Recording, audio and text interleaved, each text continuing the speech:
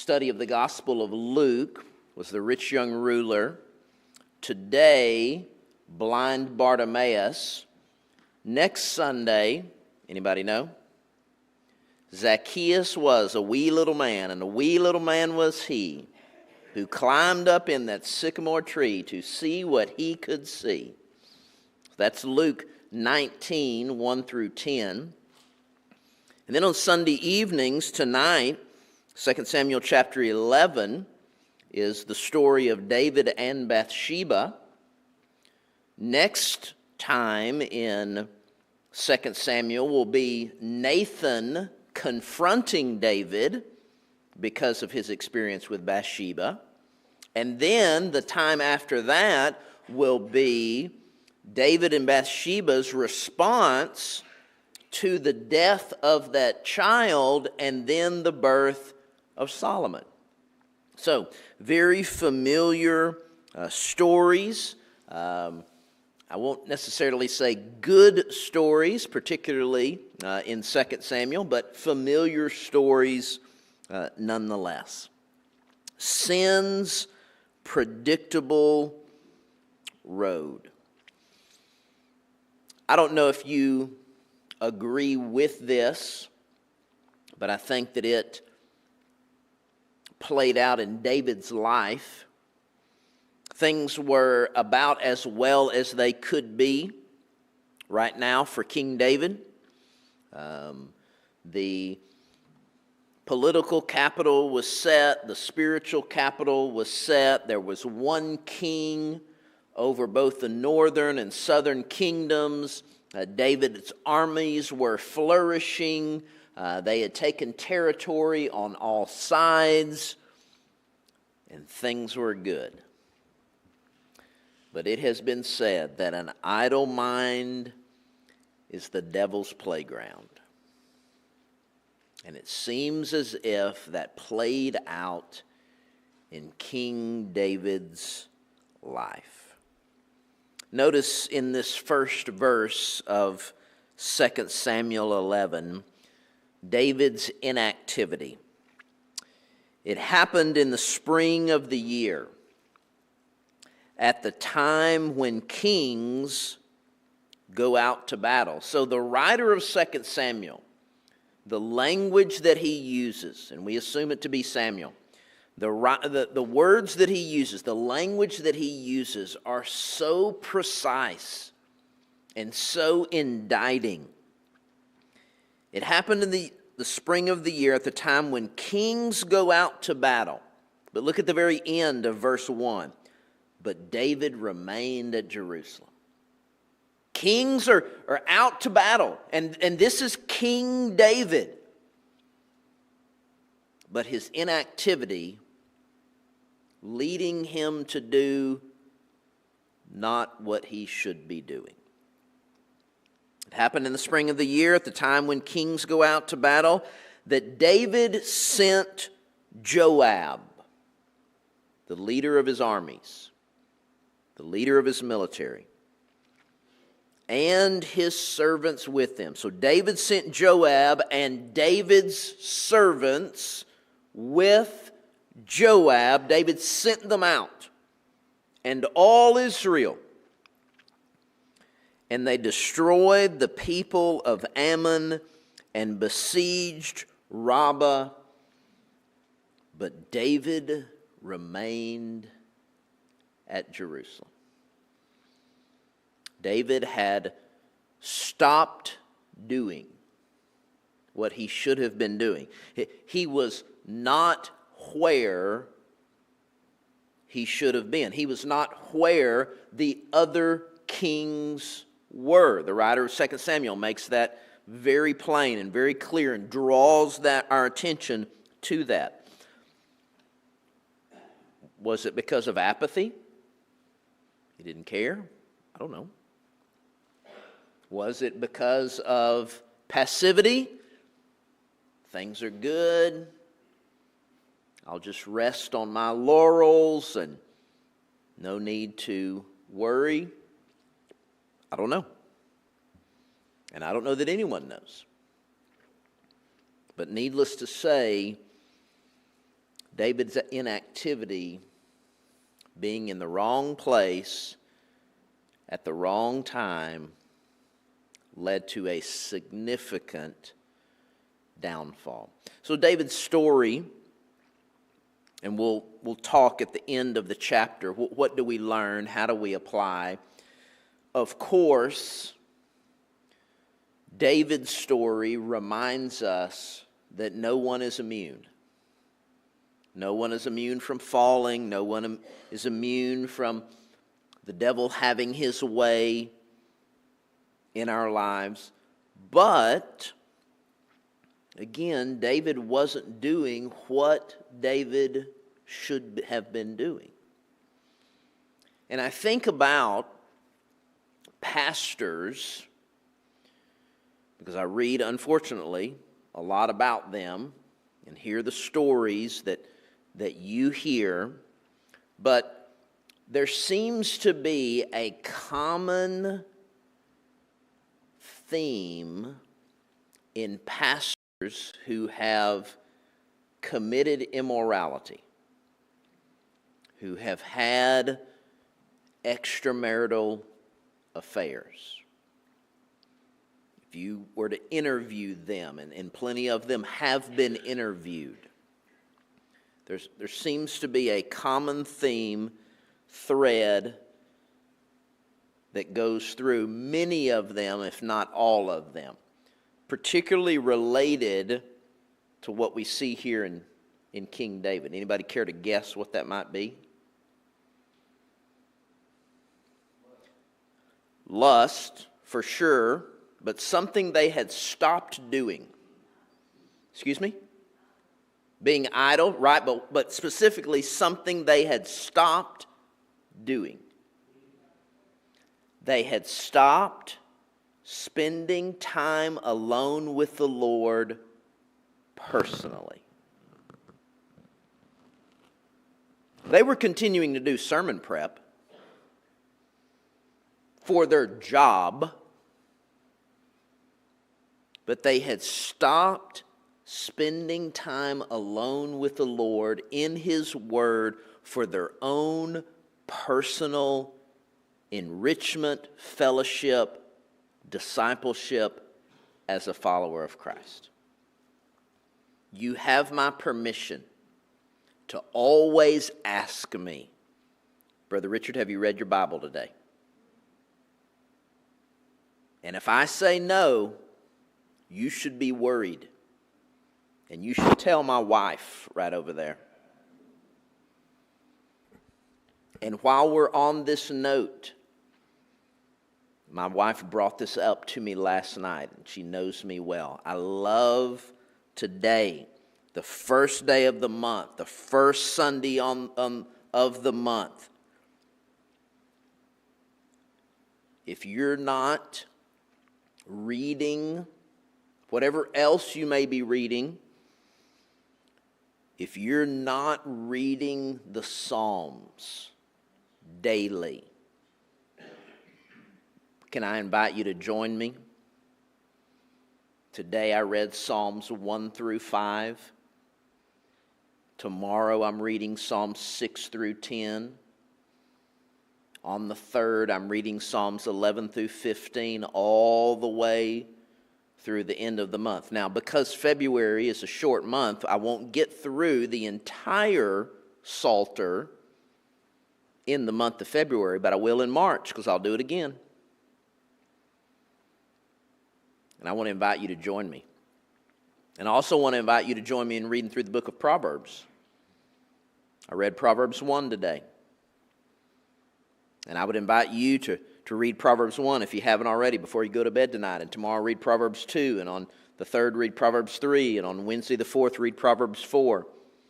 And you won't get through the entire book of Proverbs in February, but you will in March. When David stopped doing what he should have been doing, his idle mind became the devil's playground. And unfortunately, that has turned out to be true in pastors and ministers' lives when they've stopped having their time alone with the Lord. They have just opened themselves up for the devil to have his way in their lives.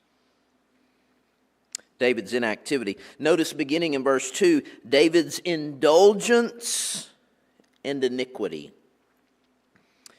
Then it happened one evening that David rose from his bed.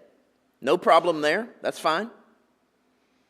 And he walked on the roof of the king's house. That's fine. You're the king. You can do that. No problem.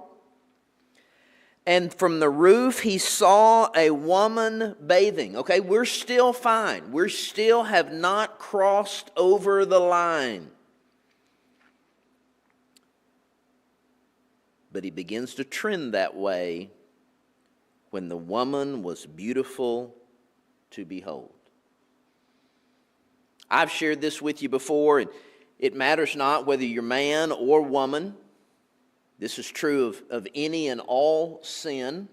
And up until verse 3, you could say this was true for David as well. You cannot be responsible for a bird flying in front of your face. But you are responsible when that bird tries to build a nest in your hair.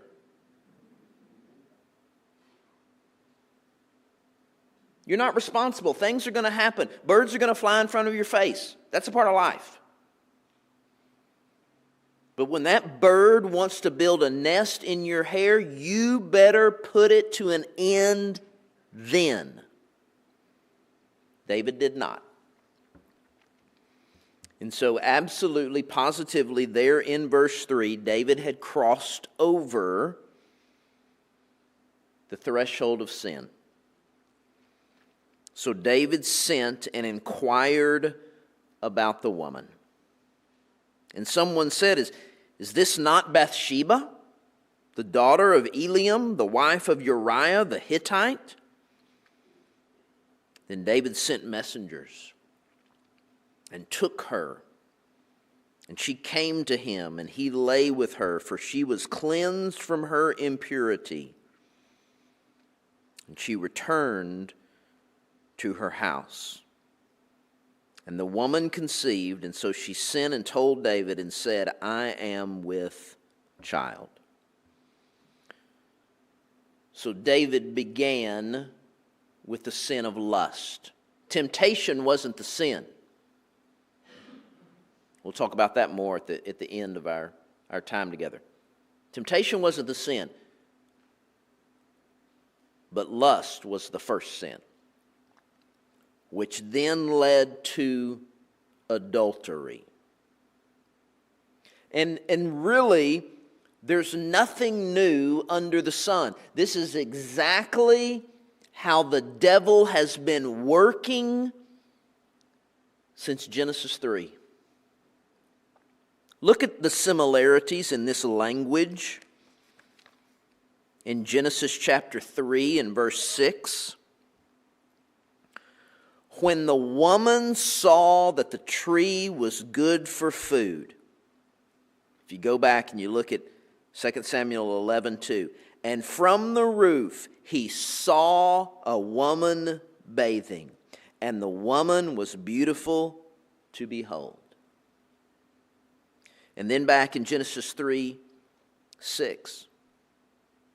So when the woman saw that the tree was good for food, that it was pleasant to the eyes, and a tree desirable to make one wise, what did she do?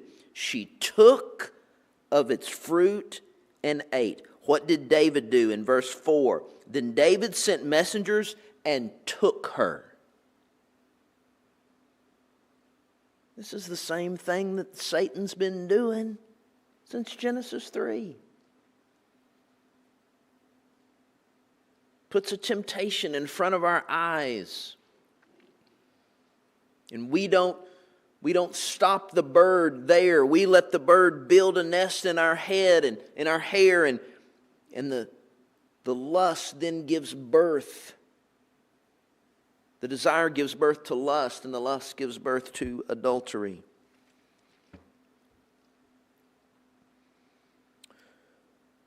other than what the biblical text says, it's hard to know how Bathsheba felt about all of this. I don't know if you remember this or not, but prior to the Me Too movement, do y'all remember that? Me Too? Prior to the Me Too movement, I had always been taught and had always concluded that Bathsheba was just as complicit in this adultery as David. But since the Me Too movement, there is now this idea and this thought that David took her and she didn't have any say in the matter. Now, is that true? Is that not true? I don't know, maybe. Would she have been, would it have been very unusual for a woman like Bathsheba to refuse the desires of the king? Yeah, that would have been very unusual. Would it even cost her her life if she had refused? Maybe so. So I understand that. But at the end of the day, I don't know. What was Bathsheba baiting David in when she washed and knowing that her courtyard was where it was and in view of David's room and balcony? Maybe. But I do know that David was guilty. The text is abundantly clear. As a matter of fact, and I had not really put this together, but the whole idea there in verse 4 of the writer saying she was cleansed from her impurity. Why was she bathing there in verse 2? Because she was finishing her menstrual cycle. She was still able to be pregnant, but she wasn't pregnant until the adultery. That was the point that the writer was attempting to make there, to make it abundantly clear that this was not Uriah's child. This was David's child, as evidenced by verse 5. And the woman conceived, and so she sent and told David and said, I am with child. But David's sin doesn't stop with lust and adultery. And unfortunately, brothers and sisters, most of the time yours and I's don't either.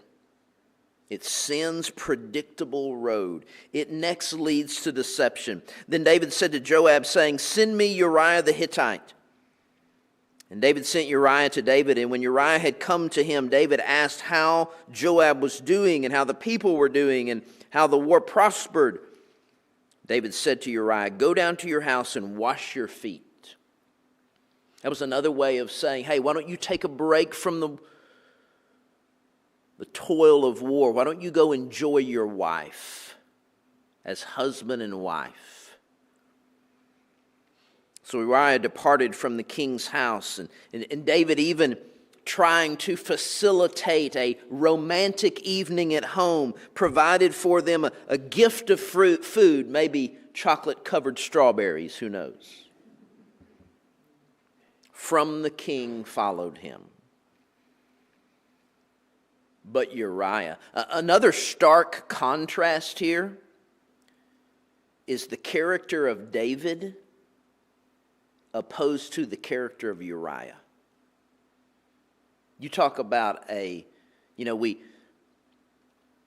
Bible speaks of David as a man after God's own heart.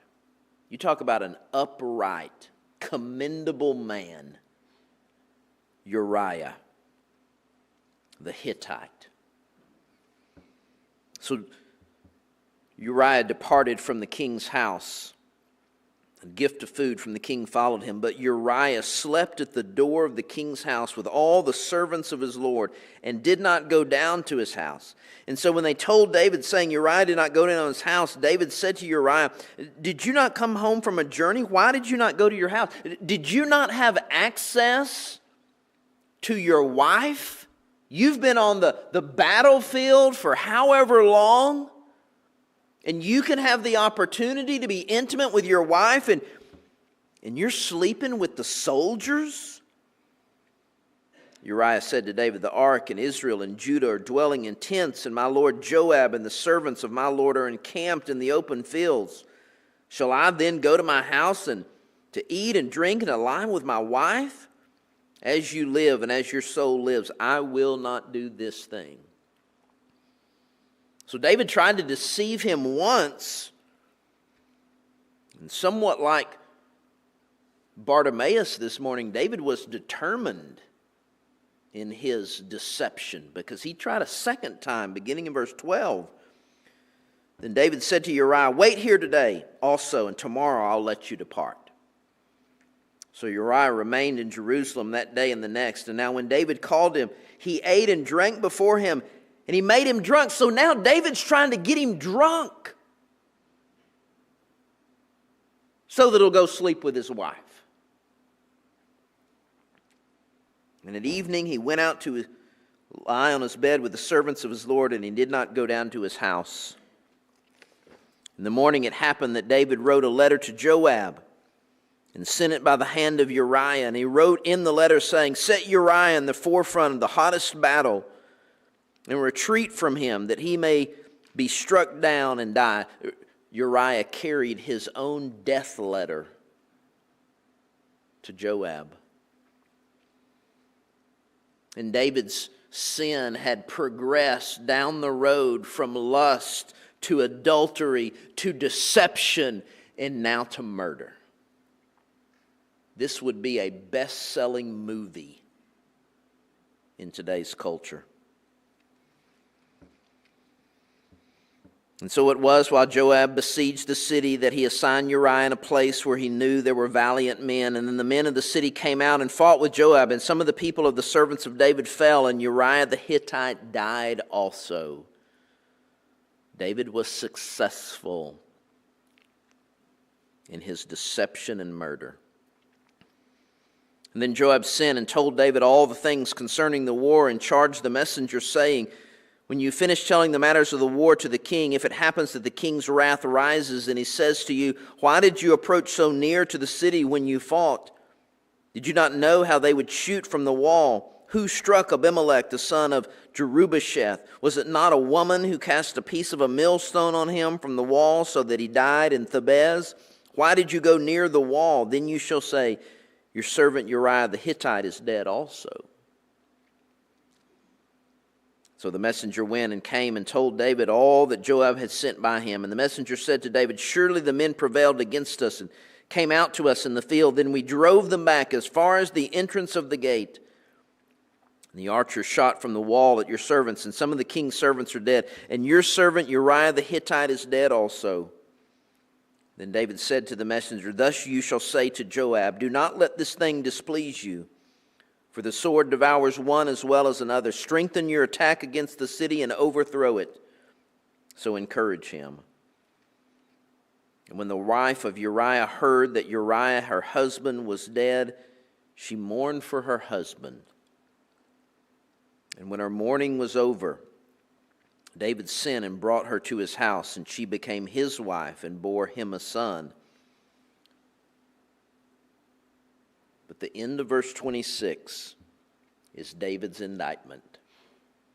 But the thing that David had done displeased the Lord. Wow. What do we learn? Real quickly. Brothers and sisters, we need to kill our sin before our sin kills us. I want you to look in James chapter 1.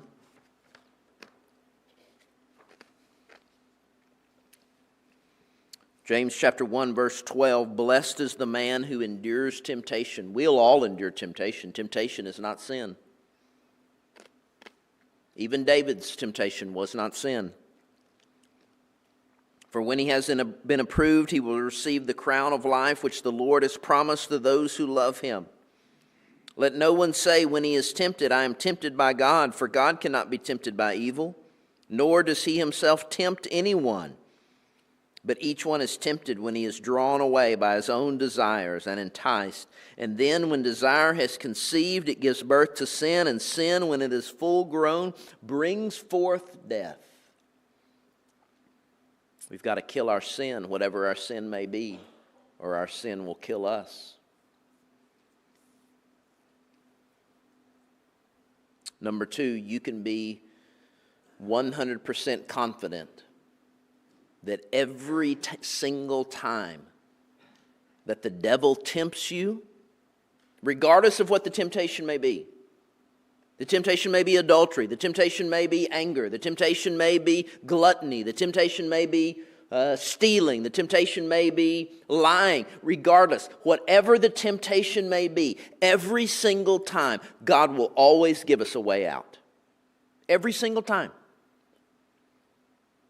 That's what 1 Corinthians 10 tells us. We oftentimes use this verse to say, God won't give us more than we can handle. That's not what this verse says. And that thought isn't necessarily in the Bible. What this verse says is, no temptation has overtaken you except such as common to man, but God is faithful, who will not allow you to be tempted beyond what you are able, but with the temptation will also make the way of escape, that you may be able to bear it or endure it. Every single time, God will provide a way out. The question then becomes, will you and I take it? We're in the water, we're floundering, we're drowning, we're wanting someone to throw us something. And God throws that life preserver. He throws us that way to turn back from sin. Will we take it? Or will we just drown in our sin? Kill our sin before our sin kills us. God will always make a way. And then this last one. Man, I hate to say it, but man, it is true. Our sin will find us out. David's sin found him out. In spite of his deception, in spite of his determination, this elaborate plan, his sin found him out.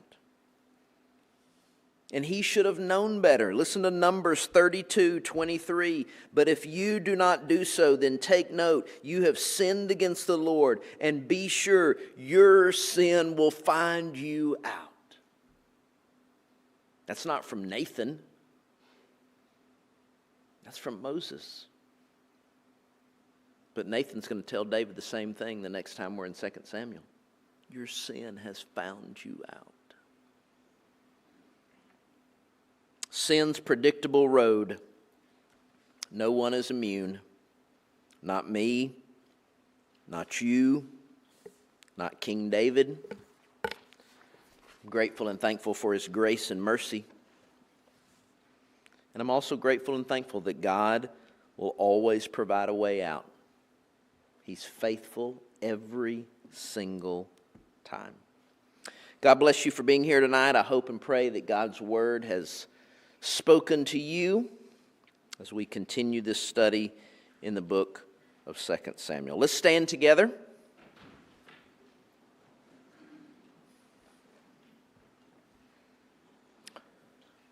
Luke 18:27. And then we'll have our benediction. I hope to see you on Wednesday night, if not before, as we begin our first Wednesday night related to Who's Your One, identifying those people in our life who might be our one for Easter Sunday. But he said, the things which are impossible with men are possible with God.